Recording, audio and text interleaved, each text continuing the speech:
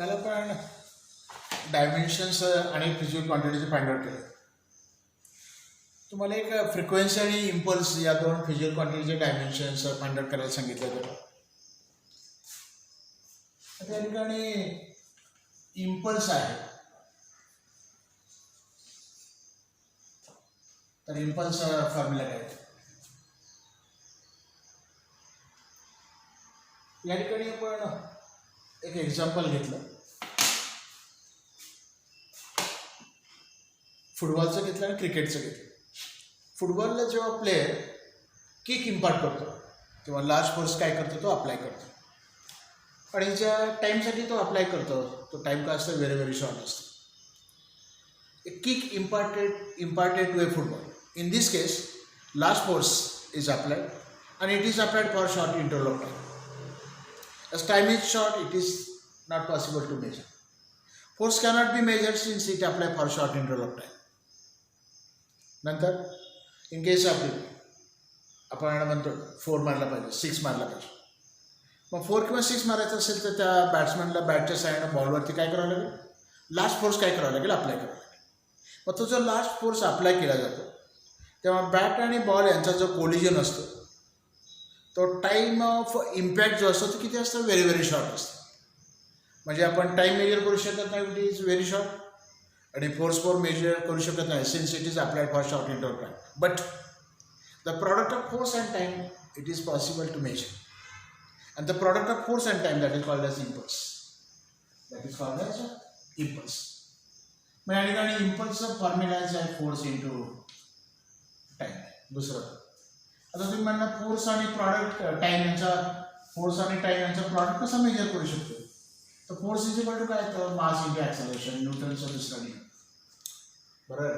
मग या ठिकाणी ॲक्सेलरेशन म्हणजेच काय, change in velocity divided by time. हा टी इकडे घेतला एफ इंटू टू, मग इथे काय M V minus M, final moment minus initial moment. आता आपण क्रिकेटचं घेतलं, क्रिकेटच्या बॉलचं मास मेजर करू शकतो, क्रिकेटच्या बॉलची व्हेलॉसिटी मेजर करू शकतो. तो बॉलरचं ज्या व्हेलॉसिटीनं तो बॉलिंग करत असतो, थ्रो करत असतो, त्या ठिकाणी स्क्रीनवरती इमिजिएटली स्पीड येते, म्हणजे आपण स्पीड मेजर करू शकतो. त्यामुळे change in momentum find out करू शकतो, आणि चेंज इन मोमेंटम म्हणजेच काय, फोर्स इंटू टाईम. मी या ठिकाणी मी डायरेक्टली लिहितो, त्याला आपण फोर्स फाइंड आउट केले. आपण मग या ठिकाणी फोर्सचे डायमेन्शन्स काय होते, m⁻1 होतं, l⁻1 होतं, आणि t⁻2 काय होतं, -2, टाईमचं t⁻2. म्हणजे दोन्ही जर आपण कंबाईन केले आहे तर काय झालं, m⁻1 l⁻1 t⁻2 आणि हे कालच आपण डायमेन्शन पाहिले. कोणाचे पाहिले, मोमेंटो. त्यामुळे MCQ येऊ शकतो, in which of the following pairs, in the following which pairs have the same dimensions. प्रत्येक ऑप्शन मध्ये पेअर दिले, मग कोणत्या ऑप्शन मधल्या पेअर्सचे डायमेन्शन्स आहेत, इम्पल्स आणि मोमेंटम दोघांचे डायमेन्शन्स काय आहेत, सेम. नंतर या ठिकाणी होतं दुसरा कोणता होता, फ्रिक्वेन्सी. मग फ्रिक्वेन्सीचं युनिट काय, हर्ट्स, पण स्टँडर्ड झालं per second, oscillation per second, revolution per second. बरोबर ना, revolution per second, per second म्हणजे पर टाइम. मग या ठिकाणी जर आपण फ्रिक्वेन्सीचं डायमेन्शन जर पाहिलं तर काय ना, 1/t⁻1 रिव्होल्यूशन काय, त्याला युनिट नाही, म्हणजेच किती आलं, t⁻⁻1. मग t⁻⁻1 मास नाही, लेंथ नाही, हे झालं फ्रिक्वेन्सीचं डायमेन्शन. नंतर तुम्हाला एनर्जीचं, कायनेटिक एनर्जी आणि पोटेन्शियल एनर्जी असं विचारलं. मग या ठिकाणी कायनेटिक एनर्जीचा फॉर्म्युला काय, 1/2 m⁻v². Potential एनर्जीचा formula m⁻g⁻h. 1/2 ला काय डायमेन्शन्स, मासचं डायमेन्शन m⁻1, व्हेलॉसिटीचं काय आपण फाइंड आउट केलं, त्याचा स्क्वेअर काय, मासचं माहिती आहे, जी काय ॲक्सेलरेशन ड्यू टू ग्रॅव्हिटी, ॲक्सेलरेशनचं फाइंड आउट, h काय हाईट म्हणजेच काय लेंथ आहे, फाइंड आउट करा. आणि या ठिकाणी या दोघांचे डायमेन्शन्स वर केवढे येतात का, वरचं काय होतं, m⁻1 आणि l⁻2 t⁻2. त्यामुळे वर्कचं आणि एनर्जीची, मग ती एनर्जी कोणती असेल, पोटेन्शियल असतो किंवा कायनेटिक असतो. एनर्जी आणि वर्क यांचे डायमेन्शन्स काय येतात सेम, तेवढं कॅरी करून पहा. तर आपण टायटल दिले आहे युजेस ऑफ डायमेन्शनल अनालिसिस. त्यातलं first, to find the correctness of the physical equation. दिलेलं फिजिकल इक्वेशन बरोबर आहे किंवा नाही हे डायमेन्शनचं साईन काय करता येतं आपल्याला, फाइंड आउट करता येतं, व्हेरीफाय करता येतं, चेक करता. मग या ठिकाणी जे एक्झाम्पल आहे त्यातलं फर्स्ट एक्झाम्पल मला सांगा. फर्स्ट कायनेमॅटिकल इक्वेशन काय, फर्स्ट कायनेमॅटिकल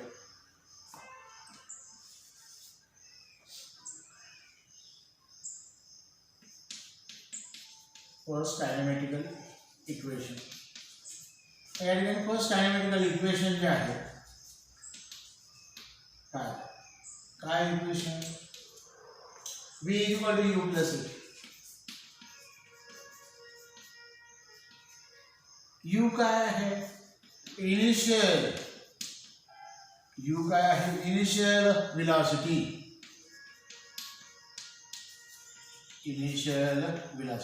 V काय आहे, फायनल वेलोसिटी, A काय आहे, acceleration,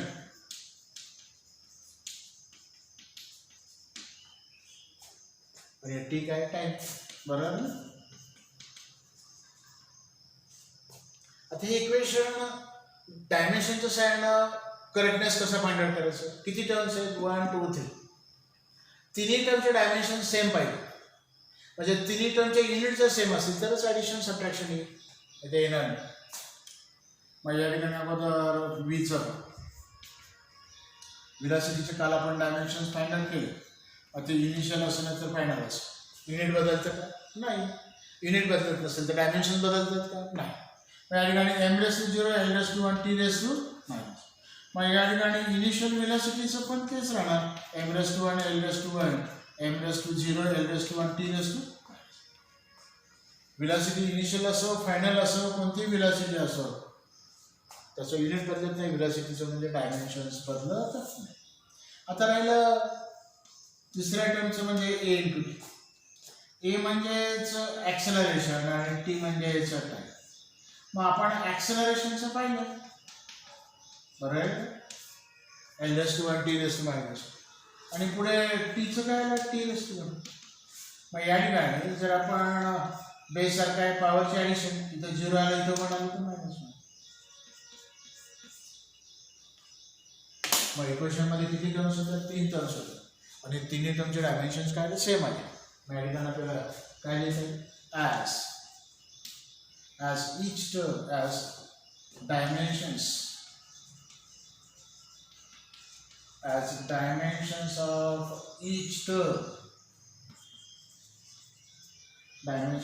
each term of the given equation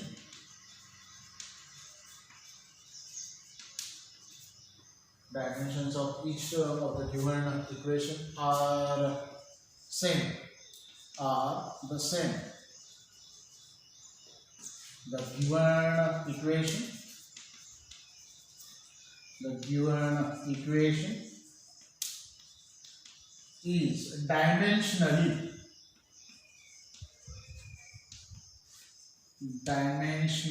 correct.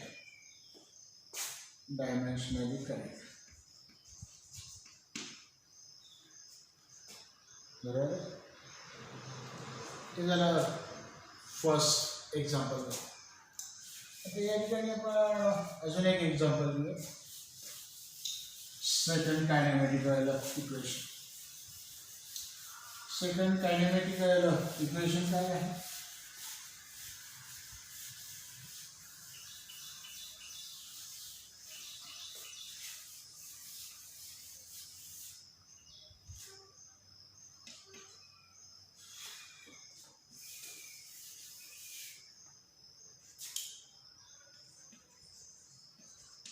the second kinematical equation काय आहे, s is equal to ut plus 1/2 at. बरोबर आहे.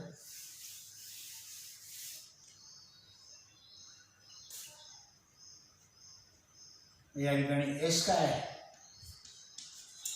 डिस्टन्स आहे, लेंथ म्हणलं तरी चालेल. नंतर यू काय आहे, व्हेलॉसिटी, इनिशियल व्हेलॉसिटी.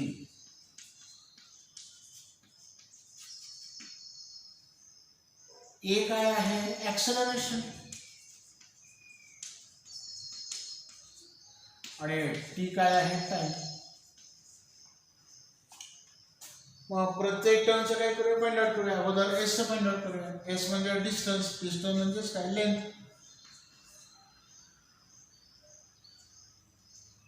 मला सांगा मास येतं का नाही. मग मास जर येत नसेल आणि आपल्याला मास, लेंथ आणि टाइम मध्ये जर लिहायचं असेल तर m⁻0 आलं, t⁻0 हे झाले पहिले टर्म. आता या ठिकाणी आपण घेणार आहोत ut, म्हणजेच यूचे डायमेन्शन्स मल्टिप्लाइड बाय टीचे डायमेन्शन्स. मग या ठिकाणी यूचे डायमेन्शन म्हणजे व्हेलॉसिटीचे. आताच आपण प्रिव्हियस प्रॉब्लेम मध्ये पाहिलं, m⁻0 l⁻1 t⁻⁻, आणि टाइमचं t⁻1. मग या ठिकाणी m⁻0 आलं, l⁻1 आलं,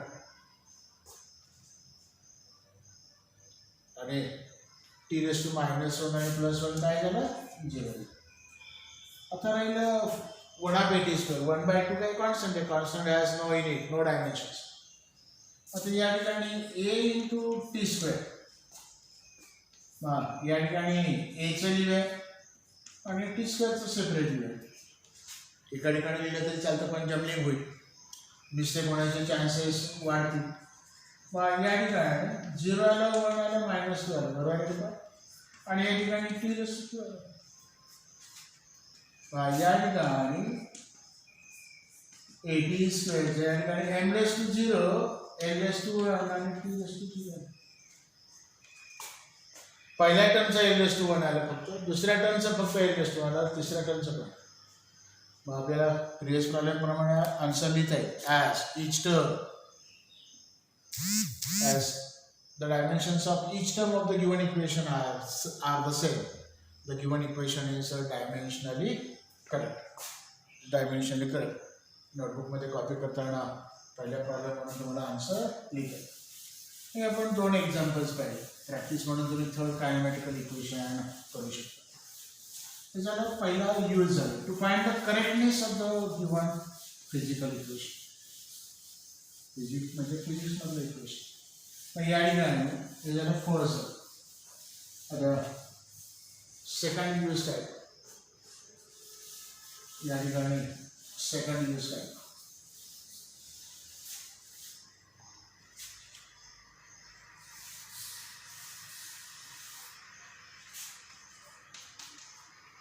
to find the conversion factor. To find the conversion factor between the units,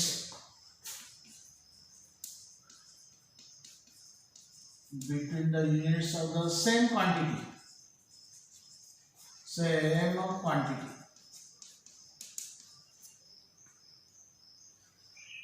between the same quantity in different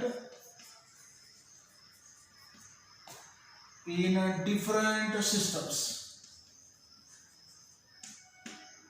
वेगवेगळ्या सिस्टम्स मध्ये एकाच क्वांटिटीचे जे युनिट्स आहेत त्यांच्यामधलं कन्व्हर्जन फॅक्टर म्हणजे काय. आपण MK सिस्टम मध्ये जर घेतलं तर मासचं काय तर केजी येतं, आणि आपण हे झालं MKS सिस्टम मध्ये, आणि आपण जर CGS मध्ये घेतलं तर काय येतं, ग्रॅम येतं. आपल्याला माहिती आहे 1 किलो म्हणजेच किती, 1000 ग्रॅम, बरोबर. म्हणजेच 1 kg = काय आला, 10 मग 10⁻³ हा काय आहे, किलोग्रॅम आणि ग्रॅम मधला कन्व्हर्जन फॅक्टर आहे. हा conversion factor 10⁻³ between kilogram and gram of the quantity, same quantity, mass in MKS and CGS. We can find this conversion factor using dimensions. म्हणून काय म्हणता येईल, to find the conversion factor between the units of the same quantity in different system. मग या ठिकाणी आपण वरचं पहिलं एक्झाम्पल घेतलं. आपल्याला 2 एक्झाम्पल्स घ्यायचे. त्यातलं फर्स्ट मला सांगा, वर्कचं एसआय युनिट काय, जूल. बरं. नंतर वरचं सीजीएस युनिट काय, टाइम. बरं आहे ना. Sorry, time force. या ठिकाणी वर घेतलं काय आहे, अर्न आहे. एसआय युनिट आहे, जूल आहे, आणि सीजीएस युनिट आहे अर्न. यांच्यामध्ये रिलेशन क्वेश्चन कसं आहे, prove that 1 joule is equal to 10⁻⁷ by using dimension analysis. असा क्वेश्चन येतो. या ठिकाणी by using dimensional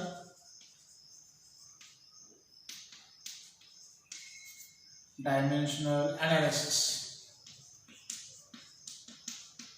डायमेन्शनल ॲनालिसिसचं साईडनं काय करा, हे रिलेशन करू. मग हा 10⁻⁷ काय झाला, जूल आणि अर्न मधलं कन्वर्जन फॅक्टर. जूलचं अर्न करायचं असेल तर 10⁻⁷ मध्ये, आणि अर्नचं जूल करायचं असेल तर 10⁻⁻⁷ मध्ये. मग इकडे लक्ष, किती सोपं. Let 1 joule is equal to x dyne. तर नंबर आपण 1 देऊ. काय म्हटलं का, 1 joule is equal to x dyne, म्हणजे x ची व्हॅल्यू डायनच लिहितो मी. x काय अर्थ, म्हणजे आपल्याला x ची व्हॅल्यू 10⁻⁷ फाइंड आउट करायची. दॅट इज, हे उलटं लिहिलं, x अर्थ इज इक्वल टू 1 जूल.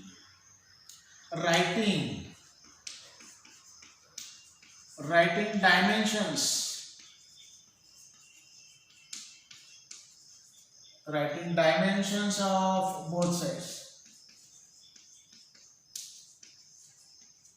दोन्ही साइडचे डायमेन्शन दिले. x लिहिलं, या ठिकाणी डायमेन्शन्स अर्थ म्हणजे काय आलं, वर्क आलं. मी या ठिकाणी लिहितो सीजीएस. मग या ठिकाणी काय आहे, m⁻⁴ l⁻², t⁻⁻². आणि या ठिकाणी 1 इंटू तेच आहे, m⁻⁴ l⁻², आणि t⁻⁻², पण इथे काय आहे, एस आहे. बरोबर. म्हणजे हा m इथे सीजीएस मध्ये, हा इथे एस आय मध्ये, असं त्याचं मिनिंग. सीजीएस किंवा एमटीएस लिहिलं तरी चालेल. मग सीजीएस मध्ये मासचं काय, ग्रॅम, सेंटीमीटर आणि सेकंड. मग या ठिकाणी किलोग्रॅम, नंतर मीटर, बरोबर आहे का. मग या ठिकाणी आपल्याला एक्स फाइंड आउट करायचं. मग काय आहे, किलोग्रॅम⁻², मीटर⁻², सेकंड⁻⁻, डिवायडेड या ठिकाणी ग्रॅम⁻⁴, सेंटीमीटर⁻², एस. मग या ठिकाणी एकाच ठिकाणी लिहिलं तर किलोग्रॅम⁻⁴, मीटर⁻², s⁻⁻, आणि या ठिकाणी ग्रॅम⁻⁴, सेंटीमीटरचा 2 आणि s कॅन्सल झालं. मग या ठिकाणी बरं 1 kg म्हणजे 1000 ग्रॅम. मीटरचा स्क्वेअर, 1 मीटर म्हणजेच किती, 100 सेंटीमीटर. या ठिकाणी ग्रॅम⁻⁴ आणि या ठिकाणी सेंटीमीटर⁻², ग्रॅम⁻⁴. मी या ठिकाणी लिहितो का, x या ठिकाणी 1000 ग्रॅम⁻⁴, आणि या ठिकाणी 100 त्याचा स्क्वेअर आणि सेंटीमीटरचा स्क्वेअर, डिवायडेड बाय ग्रॅम⁻⁴ आणि या ठिकाणी सेंटीमीटर. बरोबर. हे कॅन्सल झालं, हे पण कॅन्सल झालं. या ठिकाणी 10⁻³ आलं आणि या ठिकाणी 10⁻² स्क्वेअर आला. मग या ठिकाणी 10⁻³ आला आणि 10⁻² स्क्वेअर 10⁻⁴ आला. बेस काय आहे, पॉवरची काय आहे ॲडिशन, बेस किती आला 10⁻². मग या ठिकाणी जर आपण इक्वेशन 1 मध्ये जर सबस्टिट्यूट केला, कुठे इक्वेशन 1 मध्ये, तर या ठिकाणी इक्वेशन 1 कसं होईल, इक्वेशन 1 मध्ये जर आपण सबस्टिट्यूट केलं, equation 1 becomes 1 joule equal to 10⁻⁷. काय माहिती, फक्त तुम्हाला डायमेन्शन माहीत असलं पाहिजे. आणि त्या ठिकाणी किलोग्रॅम, ग्रॅम, मीटर, सेंटीमीटर मधलं रिलेशन.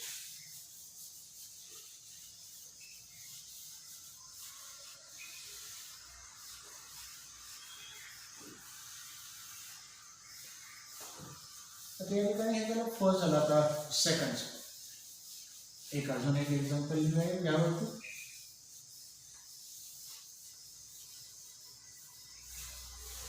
ते पण एक्झाममध्ये 3 मार्क्ससाठी 2 मार्क्ससाठी इम्प्रूव्ह करायला येऊ शकतो.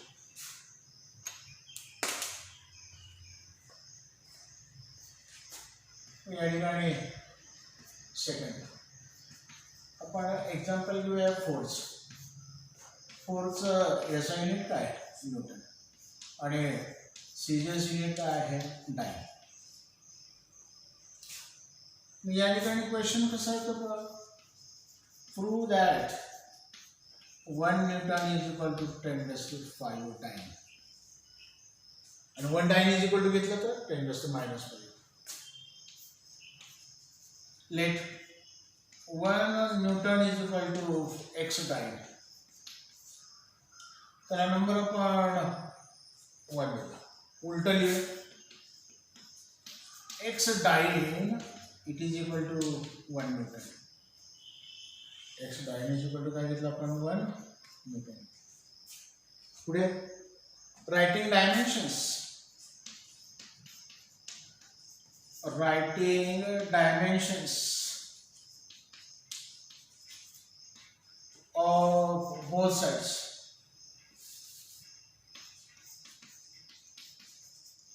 ऑफ बोथ साइड्स, दोन्ही साइडचे आपण डायमेन्शन दिलं. एक्स लिहिलं, फोरचे डायमेन्शन्स m⁻⁴, l⁻⁴, t⁻².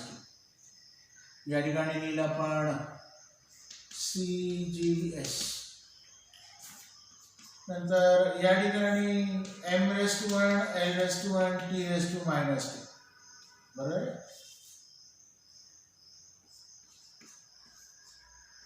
या ठिकाणी लिहिलं SI किंवा m⁻². मग या ठिकाणी मास कशामध्ये, सीजीएस मध्ये ग्रॅम, लेंथ कशामध्ये सेंटीमीटर, आणि टाइम सेकंड. नंतर या ठिकाणी मास SI मध्ये काय आहे, केजी, नंतर मीटर, आणि या ठिकाणी टाइमचं कोणत्याही सिस्टममध्ये एकच युनिट आहे, कोणतं, सेकंड. मग आपल्याला एक्स पाहिजे तर मग या ठिकाणी kg⁻⁴, मीटर⁻⁴, s⁻⁻. डिवायडेड या ठिकाणी ग्रॅम⁻⁴, सेंटीमीटर⁻⁴, s⁻⁻. मग या ठिकाणी जर आपण हे लिहिलं, kg⁻⁴ लिहिलं, मीटर⁻⁴ लिहिलं, s⁻⁻. या ठिकाणी ग्रॅम⁻⁴ लिहिलं, सेंटीमीटर⁻⁴ लिहिलं, आणि s⁻⁻. तर कॅन्सल झालं. आता किलोग्रॅम, किलोग्रॅम म्हणजेच 1000 ग्रॅम, मीटर म्हणजेच 100 सेंटीमीटर, 1 मीटर म्हणजेच. मग सेंटीमीटर⁻⁴ कॅन्सल झालं, ग्रॅम⁻⁴ कॅन्सल. मग या ठिकाणी एक्सची व्हॅल्यू किती आहे, 1000 आली, आणि या ठिकाणी 100 आली. मग या ठिकाणी 1000 कसं लिहिलं, 10⁻³ लिहिलं, 100 कसं लिहिलं, 10⁻². मग बेससारखं आहे, पॉवरचे काय झाले ॲडिशन, पॉवरचे काय झाले ॲडिशन. मग या ठिकाणी कोणत्या इक्वेशनमध्ये इक्वेशन 1 बिकम्स काय नाही 1 newton is equal to 10⁵ dyne. हे जर उलटं केलं असतं 1 टाइम जर लिहिलं असतं तर इथे किती आलं असतं 10⁵ न्यूटन. लक्षात ठेवा यांची येऊ शकतो. तर तुम्हाला हे 3 मार्क्ससाठी प्रूव्ह करायला येऊ शकतो एका लक्षात. आता याच्यावरती तुम्हाला 2 होमवर्क देतो. पहिलं होमवर्क आहे 1 kg इज इक्वल टू 10⁻³ आहे. दुसरा आहे 1 metre is equal to 10⁻² centimetre.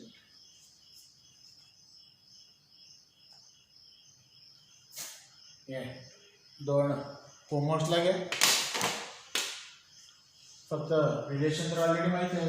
फक्त काय करायचं एस एस सिस्टममध्ये आणि सीजर सिस्टममध्ये फक्त डायमेन्शन्स मेन्शन केल्यानंतर किलोग्रॅम, ग्रॅम, मीटर, सेंटीमीटर आणि टाईमचं तर एकच आहे. त्याचे 2 प्रॉब्लेम्स होमवर्कला द्या. थँक्यू.